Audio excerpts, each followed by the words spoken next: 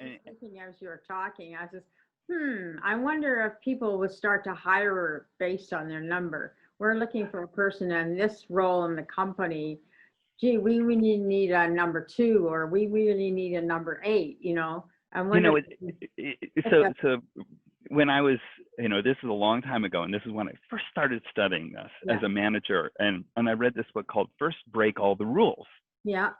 And very, popular, management book. And I'm like, oh yeah, this makes sense. The rule essentially says that, find the right person for the role. Right. That's it. And don't assume that, anybody can be anything. Right. And because a lot of us are told, if you try hard enough, you could do anything you want. You could be anything. And this book essentially says, no, that's the rule you got to break. That, really there are people who are designed to excel at certain things. Right. And they call it in the book, being, having a super highway or a bumpy country lane. You'll still get there. It will just take you a lot longer. If you're on the super highway, you'll get there very fast. Yeah. So I read this book and I'm like, oh, this is great. This is before I knew about the Enneagram. Right. What it didn't answer though was, how do I figure out,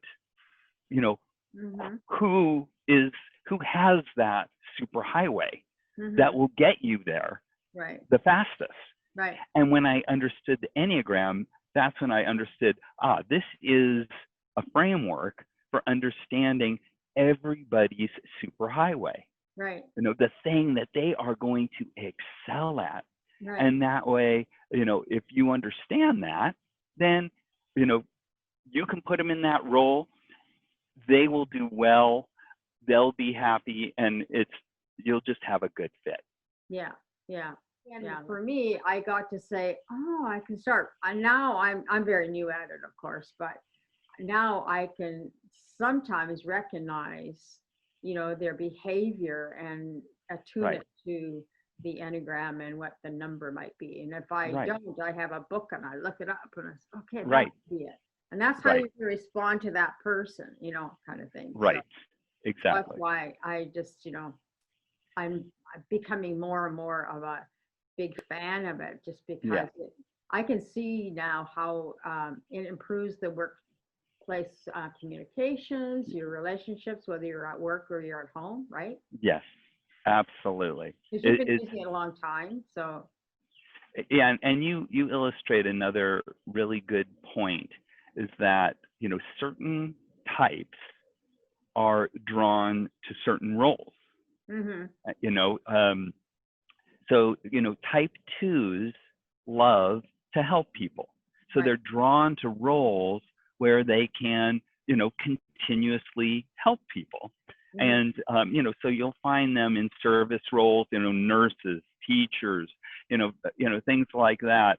But and even in organizations, you'll find them, taking like operational and service roles in the company, because they are just supporting and helping other people all the time. That's what they love to do. That's what they feel comfortable with, and they tend to migrate to those roles. So that's the other fascinating thing is, you're seeing how certain types really can essentially thrive and allow themselves to contribute, all of their natural gifts to the team when they're put in the right role.